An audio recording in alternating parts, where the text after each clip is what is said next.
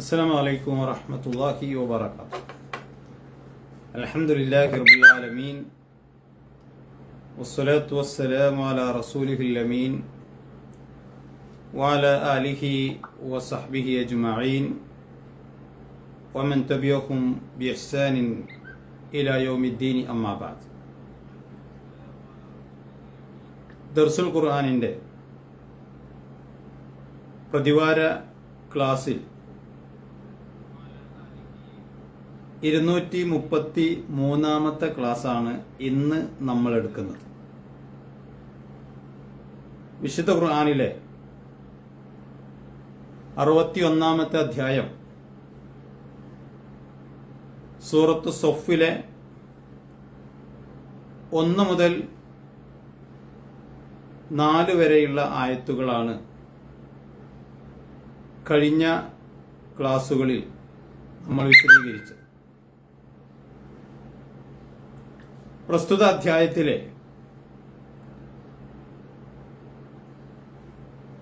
5-6 ആയത്തുകളാണ് ഇന്ന് നമ്മൾ വിശദീകരിക്കാൻ ഉദ്ദേശിക്കുന്നത്. നമുക്കറിയാം, വിശുദ്ധ ഖുർആൻ അതിൻ്റെ ചില അധ്യായങ്ങൾ പ്രത്യേകമായ ചില വിഷയങ്ങളിൽ ഊന്നി നിന്നുകൊണ്ട് പ്രതിപാദിക്കുന്ന അധ്യായങ്ങളുണ്ട്.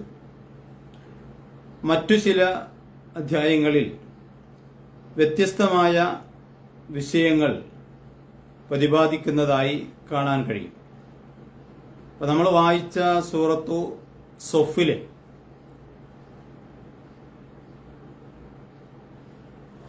1 മുതൽ 4 വരെയുള്ള ആയത്തുകൾ, അതിൽ ഏറ്റവും പ്രധാനപ്പെട്ട 3 കാര്യങ്ങളാണ് പ്രതിപാദിച്ചിരുന്നത്. ഇന്ന് നമ്മൾ വായിക്കുന്ന 5-6 ആയത്തുകളിൽ മറ്റൊരു വിഷയമാണ് പരാമർശിക്കുന്നത്. ആ വിഷയങ്ങൾ വിശ്വാസികളെ സംബന്ധിച്ചിടത്തോളം അവർ ഗൗരവത്തോടെ മനസ്സിലാക്കുകയും വേദഗ്രന്ഥത്തിന്റെ ആളുകൾക്ക് എന്ത് സംഭവിച്ചു എന്നും അതിൽ നിന്ന് സത്യവിശ്വാസികൾ സ്വീകരിക്കേണ്ട നയങ്ങളും നിലപാടുകളും, പ്രത്യേകിച്ച് അവരിലേക്ക് വന്ന പ്രവാചകനോട് സ്വീകരിക്കേണ്ട നിലപാടുകൾ എന്തായിരിക്കണം എന്നും എന്തായിരിക്കരുത് എന്നും വ്യക്തമായി പ്രതിപാദിക്കുന്ന ആയത്തുകളാണ്. അതിലെ 5-ാമത്തെ ആയത്ത് പാരായണം ചെയ്ത് ആദ്യം അത് വിശദീകരിക്കാം. അഊദു ബില്ലാഹി മിനശ് ശൈത്വാനിർ റജീം. ബിസ്മില്ലാഹിർ റഹ്മാനിർ റഹീം.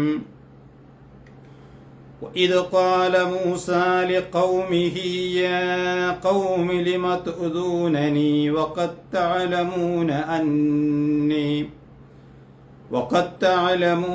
أني رسول الله إليكم فلما زاغوا أزاغ الله قلوبهم والله لا يهدي القوم الفاسقين. ഈ ആയത്ത് വായിക്കുമ്പോൾ തന്നെ നമുക്കറിയാം, മൂസാ നബി അലൈഹി സ്വലാത്തു വസ്സലാമിൻ്റെയും ഇസ്രായേലികളുടെയും ചില കാര്യങ്ങൾ പരാമർശിക്കുന്ന ഒരു വചനമാണ് ഇത്. ഇതിന്റെ നേർക്കുനേരെയുള്ള അർത്ഥം വഇദ് ഖാല മൂസ അലൈഹി സ്വലാത്തു വസ്സലാം പറഞ്ഞ സന്ദർഭം. വഇദ് എന്ന് പറഞ്ഞാൽ സന്ദർഭം, വഇദ് ഖാല പറഞ്ഞ സന്ദർഭം. മൂസ അലൈഹിസ്സലാം ലിഖൗമിഹി അദ്ദേഹത്തിന്റെ ജനതയോട്. അപ്പോൾ മൂസാ നബി തന്റെ ജനതയോട് പറഞ്ഞ സന്ദർഭം എന്ന് പറഞ്ഞ് ചരിത്രത്തിൽ നിന്നൊരു ഭാഗം അള്ളാഹു നമ്മളെ ഓർമ്മപ്പെടുത്തുകയാണ്. യാ ഖൗമി ലിമ തുഉദൂനനി, എന്റെ ജനങ്ങളെ, ലിമ തുഉദൂനനി എന്തുകൊണ്ടാണ് നിങ്ങൾ എന്നെ ഉപദ്രവിക്കുന്നത്? വഖത്തഅലമൂന, തീർച്ചയായും നിങ്ങൾ മനസ്സിലാക്കിയിട്ടുണ്ട്, നിങ്ങൾ അറിഞ്ഞിട്ടുണ്ട്, അന്നീ, തീർച്ചയായും ഞാൻ, റസൂലുള്ളാഹി ഇലൈക്കും, നിങ്ങളിലേക്കുള്ള അള്ളാഹുവിന്റെ റസൂൽ, ദൂതനാണ് എന്ന കാര്യം നിങ്ങൾ മനസ്സിലാക്കിയിട്ടുണ്ട്. പിന്നെന്തിനാണ് നിങ്ങൾ എന്നെ ഉപദ്രവിക്കുന്നത് എന്ന് മൂസ അലൈഹിസ്സലാം തന്റെ ജനതയോട് ചോദിച്ച സന്ദർഭം എന്നാണ് അള്ളാഹു പറയുന്നത്. അതിന്റെ ബാക്കി ഫലമ്മ സാഹു. അപ്പൊ ഇതിന്റെ ആദ്യ ഭാഗം വിശദീകരിച്ച ശേഷം ഇതിന്റെ രണ്ടാമത്തെ ഭാഗം നമുക്ക് വിശദീകരിക്കാം. ഇതിൽ ഒന്നാമത്തെ ഭാഗത്ത് അള്ളാഹു പറയുന്നത്, മൂസ അലൈഹി സ്വലാത്തു വസ്സലാം ഇസ്രായേലികളിലേക്ക് നിയോഗിക്കപ്പെട്ട പ്രവാചകനാണല്ലോ. ആ മൂസ പ്രവാചകനെ പല വിധത്തിൽ ആ സമുദായം ഉപദ്രവിക്കുകയും അദ്ദേഹത്തെ ആക്ഷേപിക്കുകയും ഒക്കെ ചെയ്തിരുന്നു. അത് ശാരീരികമായി എന്നല്ല, മറിച്ച് പല നിലക്ക് തന്റെ ജനങ്ങൾ താൻ പറയുന്നത് കേൾക്കുന്നതിനു പകരം പലപ്പോഴും അതിനോട് ധിക്കാരം പ്രവർത്തിക്കുന്ന, അനുസരണക്കേട് കാണിക്കുന്ന ഒരു ജനതയായിരുന്നു. അപ്പൊ അദ്ദേഹം ഇതുപോലെയുള്ള അനുഭവങ്ങൾ ധാരാളമായി ഉണ്ടായ സന്ദർഭത്തിൽ മൂസ അലൈഹിസ്സലാത്തു വസ്സലാം അവർക്കറിയാം അദ്ദേഹം അവരിലേക്ക് അള്ളാഹു നിയോഗിച്ചയച്ച പ്രവാചകനാണ് എന്ന്. അദ്ദേഹത്തെ അനുസരിക്കാനും അദ്ദേഹത്തിന്റെ വാക്കുകൾ കേൾക്കാനും അവർ ബാധ്യസ്ഥരാണ് എന്നും അവർക്കറിയാം. പക്ഷേ പലപ്പോഴും അള്ളാഹുവിൻ്റെതായി അദ്ദേഹം അവരോട് പറയുന്ന കൽപ്പനകൾ വേണ്ട ഗൗരവത്തിൽ അവർ സ്വീകരിച്ചില്ല എന്ന് മാത്രമല്ല, അവർ പലപ്പോഴും മറുചോദ്യങ്ങളും മുടന്ത ന്യായങ്ങളും പറഞ്ഞ് ആ കൽപ്പനകളിൽ നിന്ന് ഒഴിഞ്ഞു മാറുകയായിരുന്നു. അതാണിവിടെ മൂസ അലൈഹി സ്വലാത്തു വസ്സലാമിന് ഏറെ വേദനയുണ്ടാക്കുന്ന ഒരു കാര്യം. കാരണം അദ്ദേഹം അവരോട് ചോദിക്കുന്നത്, ലിമത്ത് ഉദൂനനി, നിങ്ങൾ എന്തിനാണ് അല്ലെങ്കിൽ എന്തുകൊണ്ടാണ് എന്നെ ഉപദ്രവിക്കുന്നത്? വഖത്തഅലമൂന, നിങ്ങൾക്കറിയാമല്ലോ, അന്നീ റസൂലുള്ളാഹിയിലേക്കും, ഞാൻ നിങ്ങളിലേക്ക് വന്ന ദൈവദൂതനാണ് എന്ന് നിങ്ങൾക്കറിയാം, പിന്നെ എന്തുകൊണ്ടാണ് നിങ്ങൾ എന്നെ ഉപദ്രവിക്കുന്നത് എന്ന് ചോദിക്കുമ്പോൾ അദ്ദേഹത്തിന്റെ ചരിത്രം നമ്മൾ പരിശോധിക്കുമ്പം ആ ഉപദ്രവം എന്നതുകൊണ്ട് അവർ അദ്ദേഹത്തെ സാരമായി ദേഹോദ്രവവും ഏൽപ്പിച്ചു എന്നല്ല, മറിച്ച് അദ്ദേഹത്തിന്റെ കൽപ്പനകൾ അനുസരിക്കാതിരിക്കുകയും അദ്ദേഹം അള്ളാഹുവിന്റെ നിർദ്ദേശങ്ങളായി അവരോട് പറഞ്ഞ കാര്യങ്ങൾ തിരസ്കരിക്കുകയും പല മുടന്ത ന്യായങ്ങളും പറഞ്ഞ് അതിൽ നിന്നെല്ലാം ഒഴിഞ്ഞു മാറുകയും ചെയ്ത ജനതയായിരുന്നു. അപ്പൊ അതുകൊണ്ട് തന്നെ ഇസ്രായേലികൾ അല്ലെങ്കിൽ മൂസ നബിയുടെ ജനത അദ്ദേഹത്തെ ഉപദ്രവിച്ചതിന്റെ ഒട്ടനവധി ഉദാഹരണങ്ങൾ വിശുദ്ധ ഖുർആനിന്റെ വ്യത്യസ്ത ഭാഗങ്ങളിൽ പരാമർശിക്കപ്പെട്ടിട്ടുണ്ട്. അവരുടെ ആ പ്രവാചകനെ അനുസരിക്കുന്നതിന് പകരം അദ്ദേഹത്തോട് എതിർത്ത് സംസാരിക്കുകയും അദ്ദേഹത്തിന്റെ കൽപ്പനകളെ അവർ ധിക്കരിക്കുകയും ചെയ്തു. ഉദാഹരണത്തിന് ഖുർആൻ പറയുന്ന ഒരു കാര്യം, അവർ ചെങ്കടലിൽ നിന്ന് അവർ രക്ഷപ്പെട്ട് പിന്നീട് അവര് തീഹ് എന്ന് പറയുന്ന വനാന്തരത്തിൽ അവർ ജീവിക്കുകയായിരുന്നു. ആ സന്ദർഭത്തിൽ അവർക്ക് മൂസാ നബി അലൈഹി സ്വലാത്തു വസ്സലാമിലൂടെ ഒരു വാഗ്ദാനം ലഭിക്കുകയാണ് അള്ളാഹുവിന്റെ. എന്തു വേണം? നിങ്ങൾ ഫലസ്തീനിൽ പ്രവേശിച്ചുകൊള്ളുക എന്ന് മൂസ അലൈഹി സ്വലാത്തു വസ്സലാം അവരോട് നിർദ്ദേശിക്കുകയുണ്ടായി. പക്ഷേ ആ നിർദ്ദേശം അവർ സ്വീകരിക്കുന്നതിന് പകരം അവരെന്തു ചെയ്തു? അവർ അതിന് വിസമ്മതിച്ചു. മാത്രമല്ല, അവിടെയുള്ള ഫലസ്തീനിലുള്ള ജനങ്ങൾ അവിടെ നിന്ന് പോയാൽ മാത്രമേ ഞങ്ങൾ അവിടേക്ക് പ്രവേശിക്കുകയുള്ളൂ എന്നവർ പറയുകയും ചെയ്തു. അപ്പൊ അവിടേക്ക് പ്രവേശിച്ചു കൊള്ളുക എന്ന് പറയുമ്പോൾ അള്ളാഹു അവർക്ക് നിശ്ചയിച്ച ഒരു ഭൂമിയാണ് ഫലസ്തീൻ എന്നുള്ളത്. അള്ളാഹുവിന്റെ കൽപ്പന പ്രകാരം അവർ ആ പ്രദേശത്തേക്ക് പ്രവേശിക്കുകയാണെങ്കിൽ അവർക്ക് അവിടെയുണ്ടാകുന്ന പ്രതിസന്ധികളോ അതല്ലെങ്കിൽ മറ്റു പ്രതിരോധങ്ങളോ ഉണ്ടാകുമ്പോൾ അള്ളാഹു ആ ജനതയെ സഹായിക്കുമെന്നുള്ളത് തീർച്ചയാണല്ലോ. പക്ഷേ അങ്ങനെ ഒരു പ്രശ്നത്തിന് അല്ലെങ്കിൽ അങ്ങനെ ഒരു സാഹസത്തിന് അവർ മുതിർന്നില്ല എന്ന് മാത്രമല്ല, അവിടെയുള്ള ജനങ്ങൾ സ്വമേധയാ ഒഴിഞ്ഞുപോയാലേ ഞങ്ങൾ അവിടേക്ക് പ്രവേശിക്കുകയുള്ളൂ എന്ന് അവർ മൂസാ നബി അലൈഹിസ്സലാത്തു വസ്സലാമിനോട് പറയുകയും അദ്ദേഹത്തിന്റെ കൽപ്പനകളെ ധിക്കരിക്കുകയും ചെയ്തു. മാത്രമല്ല അവർ ഇത്രത്തോളം പറഞ്ഞു എന്ന് ഖുർആൻ പറയുന്നു, നീയും നിന്റെ റബ്ബും പോയി യുദ്ധം ചെയ്തു കൊള്ളുക. അപ്പൊ ഫലസ്തീനിലേക്ക് പ്രവേശിക്കുമ്പോൾ ഒരുപക്ഷെ സംഘട്ടനങ്ങൾ ഉണ്ടാകും. പക്ഷെ അള്ളാഹു അവർക്ക് നിശ്ചയിച്ചിരിക്കുന്ന ആ ഭൂമിയിലേക്ക് പ്രവേശിക്കാനും അവിടെ താമസിക്കാനും അവർ ബാധ്യസ്ഥരാണ്. പക്ഷെ ആ പ്രവാചകന്റെ കൽപ്പന അവർ ധിക്കരിച്ചു എന്ന് മാത്രമല്ല, അവർ അദ്ദേഹത്തോട് ഇങ്ങനെ പറയുകയും ചെയ്തു, ഇദ്ഹബ് അൻത വറബ്ബുക ഫഖാതില ഇന്നാ ഹാഹുനാ ഖാഇദൂൻ. നീയും നിന്റെ റബ്ബും പോയി യുദ്ധം ചെയ്തു കൊള്ളുക, ഞങ്ങൾ ഇവിടെ ഇരുന്നു കൊള്ളാം എന്ന്. ആരാണ് ഈ പറയുന്നത്? അള്ളാഹുവിൽ വിശ്വസിച്ച് മൂസാ നബിയിൽ വിശ്വസിച്ച് മുസ്ലിങ്ങളായ അല്ലെങ്കിൽ ഇസ്രായേലികൾ. ആ ഇസ്രായേലികളാണ് മൂസാ നബി അലൈഹിസ്സലാത്തു വസ്സലാമിനോട് ധിക്കാരപൂർവം ഇങ്ങനെ പെരുമാറുന്നത്. താൻ പറയുന്നത് കേൾക്കാനും അനുസരിക്കാനും ബാധ്യസ്ഥരായ ഒരു ജനത അദ്ദേഹത്തോട് ഇങ്ങനെ ധിക്കാരപൂർവം സംസാരിച്ച പെരുമാറിയ നിരവധി ഘട്ടങ്ങളുണ്ട്. അതുകൊണ്ടാണ് മൂസാ നബി അലൈഹിസ്സലാത്തു വസ്സലാം അവരോട് പറഞ്ഞത്, യാ ഖൗമി ലിമ തുഉദൂനനി, നിങ്ങൾ എന്തുകൊണ്ടാണ് എന്നെ ഉപദ്രവിക്കുന്നത്? വഖദ് തഅലമൂന അന്നീ റസൂലുള്ളാഹി ഇലൈക്കും, ഞാൻ നിങ്ങളിലേക്ക് വന്ന അള്ളാഹുവിന്റെ ദൂതനാണ് എന്ന് നിങ്ങൾക്കറിയാമല്ലോ. പിന്നെന്താണ് നിങ്ങൾ എന്നെ അനുസരിക്കാത്തത്, അനുസരണക്കേട് കാണിക്കുന്നത് എന്ന് നിങ്ങൾ ആലോചിച്ചു നോക്കുക. ഇതുപോലെ അനവധി സന്ദർഭങ്ങൾ പ്രയാസമുണ്ടാക്കുന്ന തന്റെ ജനതയിൽ നിന്ന് നേരിട്ട അനവധി ഉപദ്രവങ്ങളെ കുറിച്ച് വിശുദ്ധ ഖുർആൻ പരാമർശിക്കുന്നുണ്ട്. ബുഖാരിയും മുസ്ലിമുമെല്ലാം ഇതുമായി ബന്ധപ്പെട്ടല്ലെങ്കിൽ ഇതിനോട് ചേർത്ത് വായിക്കാവുന്ന ഒരു സംഭവം ഇങ്ങനെ റിപ്പോർട്ട് ചെയ്യുന്നുണ്ട്. ഇബ്നു മസ്ഊദ് റളിയല്ലാഹു അൻഹു പറയുകയാണ്, ഹുനൈൻ യുദ്ധം കഴിഞ്ഞ് നബി സല്ലല്ലാഹു അലൈഹി വസല്ലമ ആ യുദ്ധാർജിത സ്വത്ത് അഥവാ ഗനീമത്ത് സ്വത്ത് ആളുകൾക്ക് വീതിച്ചു കൊടുക്കുകയാണ്. അങ്ങനെ വീതിച്ചു കൊടുക്കുന്ന വേളയിൽ അഖ്റ ഇബ്നു ഹാബിസ് എന്ന് പറയുന്ന വ്യക്തിക്ക് 100 ഒട്ടകങ്ങളാണ് പ്രവാചകൻ നൽകിയത്. അതേപോലെ തന്നെ മറ്റൊരു വ്യക്തി അദ്ദേഹത്തിനും അഥവാ ഉയൈന ഇബ്നു ഹിസ്ൻ എന്ന് പറയുന്ന ഒരു വ്യക്തി, അദ്ദേഹത്തിനും ഉഖബത്തിന് നൽകിയതുപോലെ അല്ലെങ്കിൽ ഉഖബത്തിന് നൽകിയതുപോലെ തന്നെ അദ്ദേഹത്തിനും നൽകി. അവർക്ക് മാത്രമല്ലട്ടോ, ഖുറൈശികളിലെ പല പ്രമുഖരായ ആളുകൾക്കും നബി സല്ലല്ലാഹു അലൈഹി വസല്ലമ അങ്ങനെ ധാരാളമായി നൽകി. എന്നാൽ എല്ലാവർക്കും അങ്ങനെ നൽകിയിട്ടില്ല. അപ്പോൾ ഒരാൾ പറഞ്ഞു, ഈ ഓഹരി വെപ്പിൽ നീതി കാണിച്ചിട്ടില്ല. കാരണം അവർക്ക് അധികം നൽകിയത് അത് നബി സല്ലല്ലാഹു അലൈഹി വസല്ലമക്ക് അള്ളാഹു നൽകിയ ചില ബോധനങ്ങളുടെ അടിസ്ഥാനത്തിൽ, അല്ലെങ്കിൽ അതിന് പ്രത്യേകമായ കാരണങ്ങളുണ്ട്. ഖുറൈശികളിലെ പ്രമുഖർക്ക് നൽകുമ്പോൾ അവർ ഇസ്ലാമിലേക്ക് ആകൃഷ്ടരായി അതുവഴി പലരും ഇസ്ലാമിലേക്ക് വരാനുള്ള സാധ്യതയുണ്ടല്ലോ.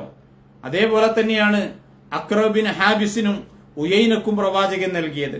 അവരുടെ ആ പദവികളും അവരതുവഴി ഇസ്ലാമിലേക്ക് വന്നാൽ ഇസ്ലാമിനുണ്ടാകുന്ന നേട്ടങ്ങളുമൊക്കെ മുന്നിൽ വെച്ചുകൊണ്ടാണ് അവർക്കും ഖുറൈശികളിലെ പ്രമുഖർക്കും അങ്ങനെ ഓഹരി വെച്ചുകൊണ്ട് പ്രവാചകൻ നൽകിയത്.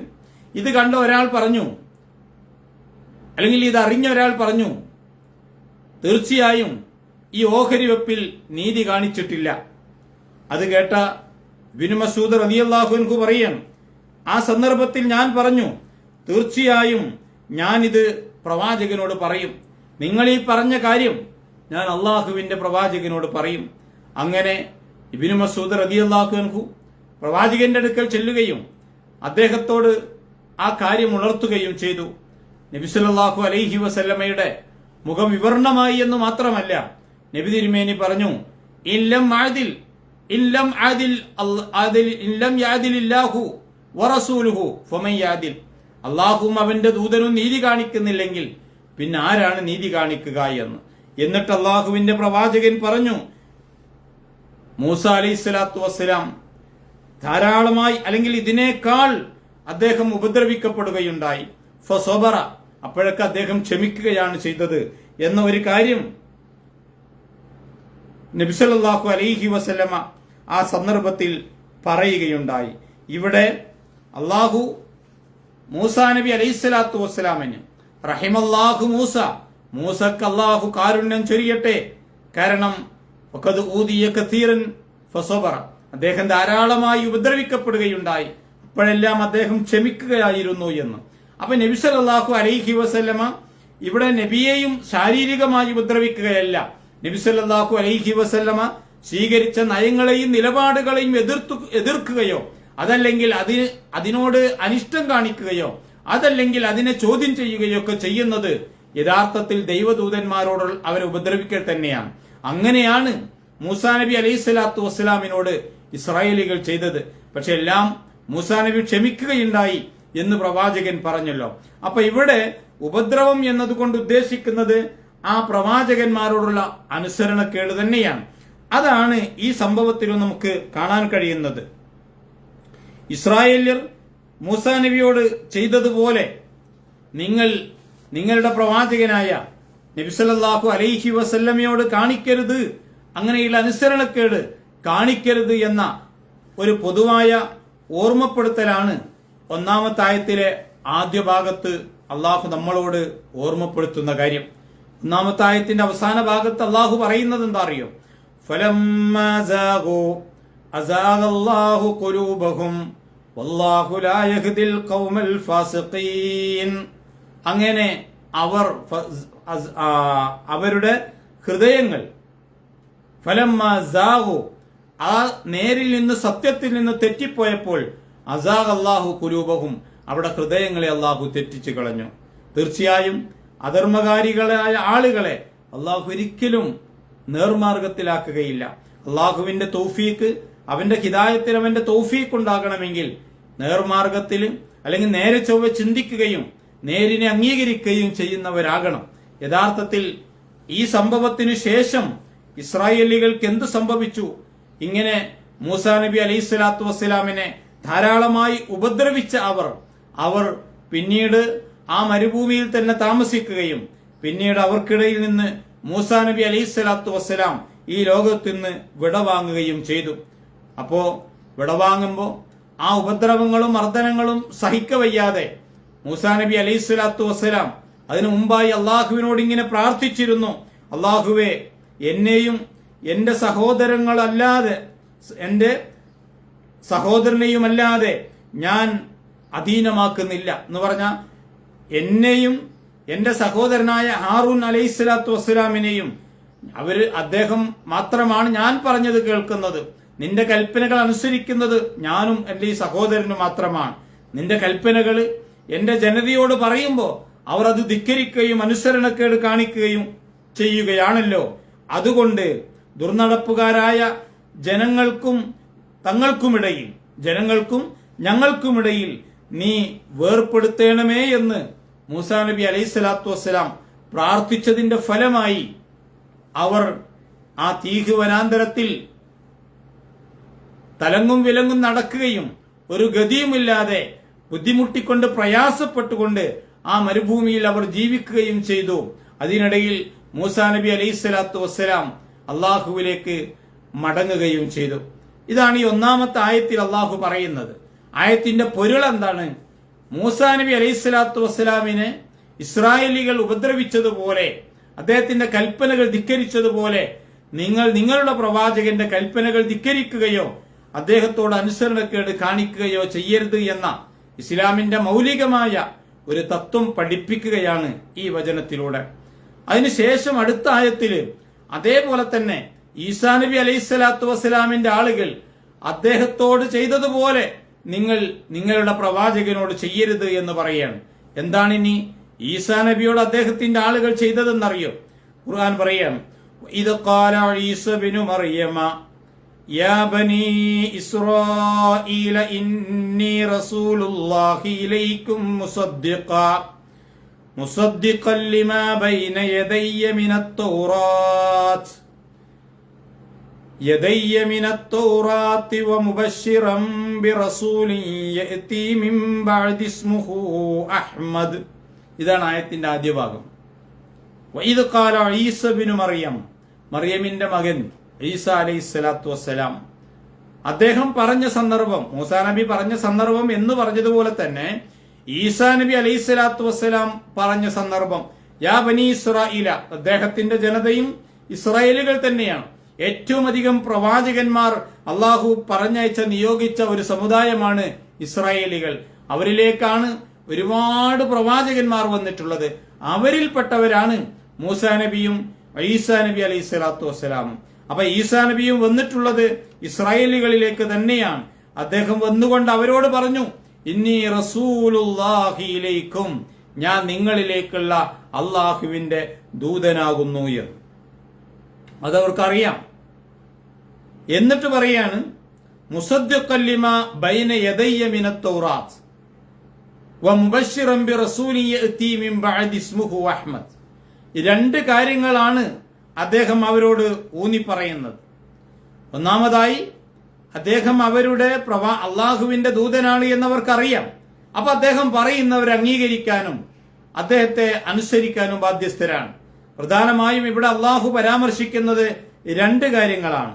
ഒന്നെന്താ, തനിക്ക് ശേഷം, ഒന്ന് അദ്ദേഹത്തിന്റെ മുമ്പ് അവതരിച്ചതും തന്റെ മുന്നിൽ നിലവിലുള്ളതുമായ തൗറാത്തിന്റെ സത്യത സ്ഥാപിക്കുവാനാണ് താൻ നിയോഗിതനായിരിക്കുന്നത് എന്ന് പറഞ്ഞാൽ, മൂസാ നബി അലൈഹി സ്വലാത്തു വസ്സലാമിലൂടെ അവർക്ക് ലഭിച്ച തൗറാത്ത്, ആ തൗറാത്തിനെ, അതിന്റെ സത്യത സ്ഥാപിക്കാൻ, മുസദ്ദിഖൻ ലിമാ ബൈന, അവർക്കിടയിൽ ആ തൗറാത്തുണ്ട്, അതിന്റെ സത്യത, അത് സത്യമാണ് എന്ന് സ്ഥാപിക്കുവാൻ, അതിലെ ആശയങ്ങളുമായി അത് തന്നെയാണ് ഞാനും വന്നിരിക്കുന്നത് എന്നാണ് ഒന്നാമതായി അവരോട് പറയുന്ന കാര്യം. രണ്ടാമതായി അവരോട് പറയുന്നത് എന്താ അറിയോ, തനിക്ക് ശേഷം അഹ്മദ് എന്ന് പേരുള്ള ഒരു ദൂതൻ വരാനിരിക്കുന്നു എന്ന ഒരു സുവിശേഷം അവരറിയിക്കുക, അഥവാ ആ റസൂലിനെ അനുസരിക്കുവാൻ ജനങ്ങളെ സജ്ജമാക്കുക എന്നതായിരുന്നു ഈ രണ്ട് കാര്യങ്ങൾ. ആ രണ്ട് കാര്യങ്ങൾ അദ്ദേഹം അവരോട് പറയുകയാണ്. അപ്പൊ ഇവിടെ നമ്മൾ മനസ്സിലാക്കേണ്ട കാര്യം ഒന്നാമത്തേത്, അവർക്കിടയിൽ നിലവിലുള്ള തൗറാത്തിനെ സത്യപ്പെടുത്താനാണ് താൻ വന്നിരിക്കുന്നത് എന്ന്.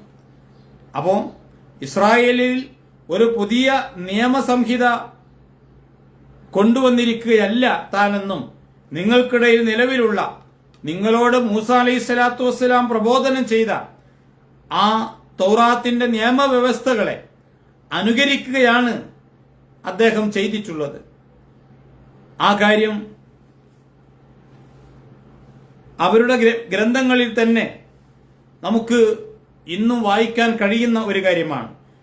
മത്തായി സുവിശേഷം 5:17 ഇങ്ങനെ പറയുന്നുണ്ട്, ഞാൻ ന്യായപ്രമാണത്തെയോ പ്രവാചകന്മാരെയോ നീക്കേണ്ടതിന് വന്നു എന്ന് നിരൂപിക്കരുത്, നീക്കുവാനല്ല നിവർത്തിപ്പാനത്രേ ഞാൻ വന്നിരിക്കുന്നത് എന്ന് പറഞ്ഞാൽ, ന്യായപ്രമാണം നിലവിൽ അവർക്കുള്ള, അല്ലെങ്കിൽ അതിനു മുമ്പ് വന്ന വേദഗ്രന്ഥങ്ങൾ, അല്ലെങ്കിൽ അവർക്ക് മുമ്പിലുള്ള ന്യായപ്രമാണമാകുന്ന തൗറാത്ത്, അതേപോലെ തന്നെ അവരിലേക്ക് വന്ന മൂസാ നബിയെയോ അതിന് മുമ്പ് വന്ന ദൈവദൂതന്മാരെയോ അവരൊന്നും ശരിയല്ല, നിങ്ങൾക്ക് മുമ്പിലുള്ള ഈ തൗറാത്ത് ശരിയല്ല, ഞാൻ കൊണ്ടുവന്നതാണ് ശരി എന്ന് പറയാനല്ല ഞാൻ വന്നിരിക്കുന്നത്, അത് ശരിയാണ്, അതിനെ സത്യപ്പെടുത്തുവാനാണ് ഞാൻ വന്നിരിക്കുന്നത്. അതുകൊണ്ട് അതിനെ നിരൂപിക്കാനല്ല, അതിനെ ന്യായപ്രമാണത്തെ സ്ഥാപിക്കുവാൻ, അത് സത്യമാണ് എന്ന് പറയാനാണ് ഞാൻ വന്നിരിക്കുന്നത് എന്ന് ഈസാ നബി അലൈഹി സ്വലാത്തു വസ്സലാം അവരോട് പറയുകയുണ്ടായി. അപ്പൊ നമ്മൾ മനസ്സിലാക്കേണ്ട കാര്യം, ഈസാ നബി പറഞ്ഞ രണ്ട് കാര്യങ്ങളിൽ ഒന്നതാണ് മുസദ്ദിഖൻ ലിമാ ബൈന യദയ്യ, അവർക്കിടയിൽ നിലവിലുള്ള വേദഗ്രന്ഥത്തെ സത്യപ്പെടുത്തുന്ന ഒരു പ്രവാചകനായിരുന്നു. യഥാർത്ഥത്തിൽ എല്ലാ പ്രവാചകന്മാരും കൊണ്ടുവന്ന ആശയം ഒന്ന് തന്നെയാണല്ലോ, ഏകനായ അള്ളാഹുവിനെ ആരാധിക്കുക. അതായിരുന്നു മൂസാ നബി അലൈഹി സ്വലാത്തു വസ്സലാമും ആ ജനതയോടും ഫറോവയോടും ഒക്കെ പറഞ്ഞത്. അതാണ് ആ വേദഗ്രന്ഥത്തിലുള്ളത്. അത് സത്യമാണ് എന്ന് പറയാനും, നിങ്ങളിലേക്ക് എനിക്ക് മുമ്പ് വന്ന പ്രവാചകന്മാർ അള്ളാഹുവിന്റെ ദൂതന്മാരാണ് എന്ന് സ്ഥാപിക്കുവാനാണ് ഞാൻ വന്നിരിക്കുന്നത്. രണ്ടാമതായി അദ്ദേഹം പറഞ്ഞ കാര്യം എന്താ അറിയോ, വമുബശ്ശിറൻ ബിറസൂലിൻ യഅതി മിൻ ബഅദി ഇസ്മുഹു അഹ്മദ്, എനിക്ക് ശേഷം ഒരു ദൈവദൂതൻ വരാനിരിക്കുന്നു. അഹമ്മദ് അഥവാ സ്തുതിക്കപ്പെട്ടവൻ, വാഴ്ത്തപ്പെട്ടവൻ എന്നൊക്കെ അർത്ഥമുള്ള പേരുള്ള ഒരു പ്രവാചകൻ നിങ്ങൾക്ക് വരും എന്ന സന്തോഷ വാർത്ത നിങ്ങൾ അറിയിക്കാനാണ് ഞാൻ വന്നിരിക്കുന്നത് എന്ന്. നമുക്കറിയാം, യഥാർത്ഥത്തിൽ ഈസാ നബി അലൈഹി സ്വലാത്തു വസ്സലാമിനും പിന്നീട് വന്ന നബി സല്ലല്ലാഹു അലൈഹി വസല്ലമക്കും ഇടയിൽ വേറെ പ്രവാചകന്മാർ വന്നതായി അറിയപ്പെട്ടിട്ടില്ല. ആ ഒരു കാര്യം വളരെ വ്യക്തമാണ്. അതുകൊണ്ട് തന്നെ ഈസാ നബി അലൈഹി സ്വലാത്തു വസ്സലാമിന് ശേഷം വരുമെന്ന് അദ്ദേഹം പറഞ്ഞ ആ അഹ്മദ് എന്ന നാമമുള്ള പേരുള്ള പ്രവാചകൻ നബി സല്ലല്ലാഹു അലൈഹി വസല്ലമയാണ്. നബി സല്ലല്ലാഹു അലൈഹി വസല്ലമക്ക് മുഹമ്മദ് എന്നും അഹമ്മദ് എന്നും മാഹി എന്നും അങ്ങനെ ഒരുപാട് നാമങ്ങൾ ഉണ്ട് എന്ന് പ്രവാചകൻ തന്നെ പ്രസ്താവിച്ചിട്ടുണ്ട്. നോക്കൂ നിങ്ങൾ, ഒരു ഹദീസിൽ ഇങ്ങനെ കാണാൻ കഴിയും. നബി തിരുമേനി പറയുകയാണ്, ഇന്നലി അസ്മാഅൻ അന മുഹമ്മദുൻ വ അന അഹ്മദു വ അനൽ മാഹി അല്ലദീ യംഹുല്ലാഹു ബിഹി അൽ കുഫ്ര.